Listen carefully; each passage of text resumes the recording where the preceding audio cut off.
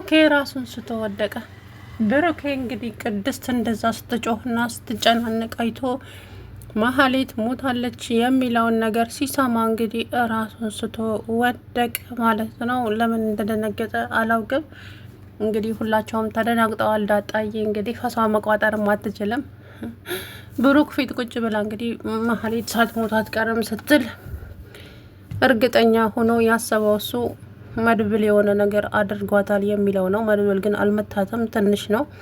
ቅድስት ግን ያው በሰንሰለት እንግዲህ አጥግባታለች ማለት ነው። ታዲያ መሀሌት አሁንስ ከነ መድብል ህይወት ውስጥ ትወጣለች? መቼም አትወጣም፣ መቼም ማለት ነው። እሷ አሁንም ስቃያቸውን እንደዛው እያበዛችው ነው የምትቀጥለው። በጣም ከባድ ነገር እንደሚፈጠር ምንም አልጠራጠርም። እና እንግዲህ እሷ እንደዚሁ በቀላሉ በዋዛ በፈዛዛ ከህይወታቸው ውስጥ የምትወጣ አሁንስ ለመድብል ለብሩክ የሰጠችው መድኃኒት ተመርዞ እንደሆንስ ማን ያውቃል? ማንም የሚያውቅ ነገር የለም። ስለዚህ የተሳሳተ ነገር ሰጠሽኝ ከሆነ እገልሻለሁ ይላል እንዴ? አይ መድብል በፍጹም መሀሌትን ማመን አልነበረብህም። እንግዲህ እሱ ፈጣሪ የሆነ እኔ የምልህ ነገር የለም። መሀሌት መቼም የምትታመን ሴት አይደለችም። መቼም ማለት ነው መቼም። እኔ እንጃ መሀሌትን ያመነ ጉሞ የዘገነ ነው። ስለዚህ እንግዲህ መድብል ተሸውደ ይሁን አላውቅልህም። እሱን አብረን የምናየው ነው የሚሆነው። ግን ለጊዜው እንግዲህ አስመልጧታል።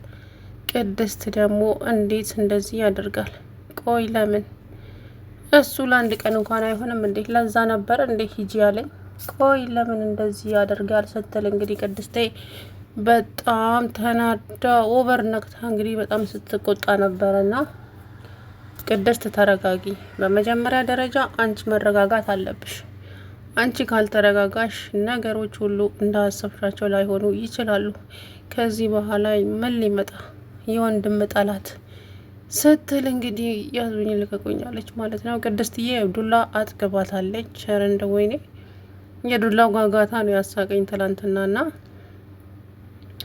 ብሩክ እንግዲህ ይሄ ሁሉ ነገር እየሰማ ነበረ። እንደው እነኚህ ሰዎች ቆይ እስቲ ወድቄ ላስደንግጣቸው እንዴ ብሎ ነው መሰለኝ እንግዲህ ዝርር ብሎ ወደቀ ማለት ነው። ከባድ ችግር ተፈጥሯል ማለት ነው። ብሩክ እንግዲህ የተሰጠውን በአግባቡ እየተወጣ ነው ማለት ያው ፓራላይዝ እንደሆነ መናገር እንደማይችል ነው አይደለ መሀሬት ያደረገችው። ትናንትና ደግሞ ብሩክ የብሩክ ማርከሻ እኔ እጅ ላይ አለ፣ የደከሙ ነርቦቹም እንዲንቀሳቀሱ እሱንም አሁን አንተ ከዚህ ጋር እንድትፈታኝ ቃል ገባልኝ በምሳሌ ስትል የምሳሌን ስም አትጥሪ በደካማ ጎኔ መምጣት ትችይበታለሽ አይደለ? የምሳሌን ስም እንዳጠሪ ሲል እንግዲህ አለ ግድግዳውን ቀጠቀጠ። ምክንያቱም በወንድሙ ልጅ በፍጹም አይደራደርም ማለት ነው። እና ከዛ በኋላ እንግዲህ መድብል በጣም ተናዶ ሲጮህ ነበረ።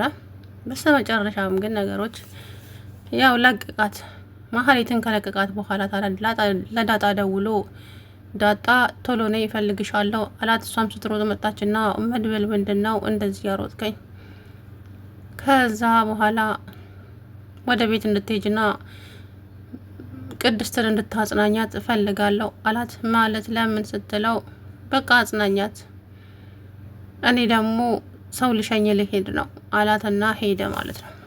ከዛ ፊቱን ስታየው ፊቱ ደስተኛ እንዳልነበርና እንደተረበሸ ነበር ያየችውና ማናት ቅድስት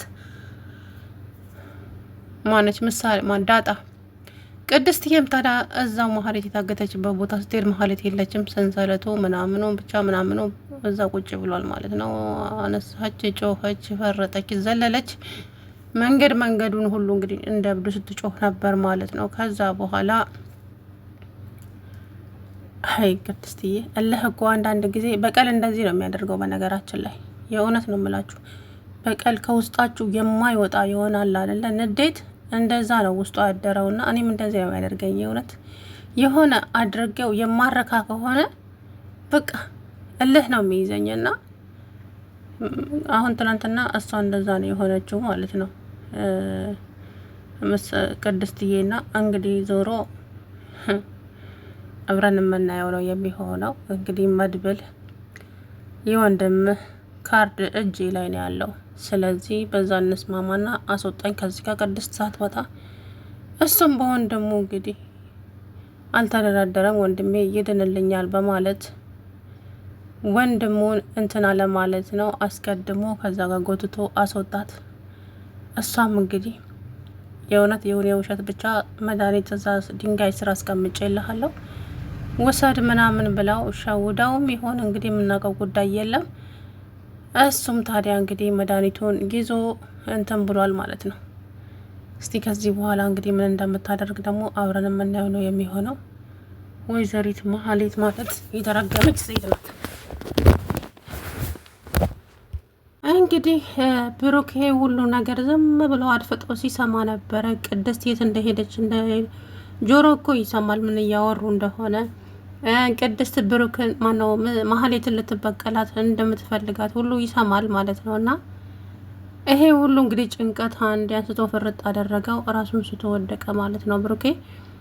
እንግዲህ ቅድስቴም በጣም ደነገጠች። በዛ ላይ መድኃኒት አሉጥም በቃ ምንም ጥቅም ለሌለው ነገር መድኃኒት የምውጠው ለምንድን ነው እያለ በጣም ሲያስቸግራቸው ነበር። ኤደንና መድብልም እባክህ መድኃኒቱን ዋጥ ብሩክ እባክህ ብሎ ቢለምነውም በፍጹም ብሎ እምቢ አላቸው።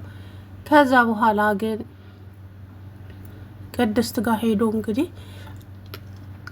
ብሩክ ይፈልግሻል ሲላት ምን ነው ደህና አይደለም እንዴ ስትል ደህና ነው ግን ሂጂ ይፈልግሻል ብሎ እሷን ሸኝቶ መሀሌትን እንግዲህ ከዛ ጋር እንድትወጣ አደረጋት። ለነገር እሱ ወዶ ፈቅዶ ሳይሆን የለቀቃት መሀሌትን አምኗትም አይደለም ግን በቃ የወንድምህ ነፍስ እጄ ላይ ነው ያለው እና ከዚህ አውጣኝና ከዛ በኋላ ላትከታተለኝ ቃል ግባልኝ ብቻ። አሁንም መሀሌት መቼም ከጥፋቷ የማትማር ሰው ናት መቼም ማለት ነው። ስለዚህ አሁንም መድብል መንጠንቀቅ አለባት መሀሌትም ማለት ነው። አሁንም እሷ አድፍጣ ትጎዳዋለች እና እንግዲህ አላቅም። ታዲያ ቅድስት ወደ ቤት መታ ለብሩኬ መድኃኒቱን ሰጥታው ምን ብላ ወደ መሀሌት ስትመለስ መሀሌት የለችም ማለት ነው። በጣም በጣም በጣም ተናደደች፣ ጮኸች። ብቻ እንዴት እንደሆነች አይታችኋታል።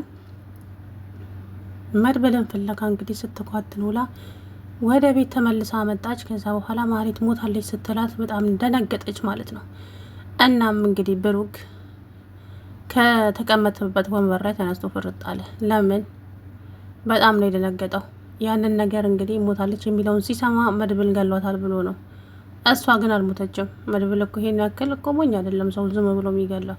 ማህሌትም ደግሞ መድብል ጥሩ ልብ እንዳለው ስላወቀች ብቻ ነው እየተጫወተችበት ያለችው። ምክንያቱም በቃ እየተጠቀመችበት ነው እሷ ማለት ነው። እስኪ ወደ ቀይ ላስደንግጣቸው ብሎ ነው መሰለኝ እንግዲህ ፍርጥ አለ። ማህሌት ማነች? ቅድስትና መድብል ብቻ ሁላቸውም ተደናግጠዋል ማለት ነው። መድኃኒትም እንግዲህ ትላንትና እንዳያቸዋት ከምሳሌን እያቀረበቻት ነው ማለት ነው። መድኃኒት ወደ ምሳሌ ቀረበች ማለት ምሳሌ ደግሞ ወደ መድብል ታቀርባታለች ማለት ነው። ኤዱዬ በዚህ መሀል ምን ትሆን ይሆን? ምስኪንዬ ኤደን በጣም ነው መድብልን የምታፈቅረው እና ኤደን ማነች መድኃኒትን በጭራሽ አልወደደቻትም። ለምን? መድብልን ልትነጥቃት ሆነ ማለት ነው። እና መድብል ደግሞ እንደምታዩት ስሬት ነው፣ ኮስታራ ነው፣ ፊቱ አይፈታም።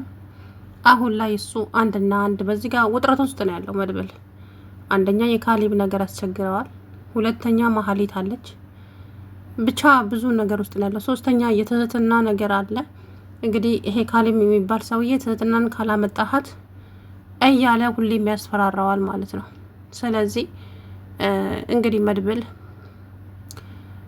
መሀሌትን በቀላሉ አሁንም እጅ ውስጥ ማስገባት አያቅተውም ግን አሁን መሀሌት ዳጣን እንትን ትላታለች፣ ታሰቃያታለች። አንቺ ነሽ አሳልፈሽ ለመድብል የሰጠሽኝ ብላ እሷን እንግዲህ መከራዋን ልታስበላት ትችላለች፣ በዚህ በካሊብ ሰዎች ማለት ነው። አላቅም ምስኪን ዳጣዬ እንግዲህ ለዛውም ፈሪ ናት። ብቻ ምን እንደሚፈጠር እንግዲህ አብረን የምናየው ነው የሚሆነው።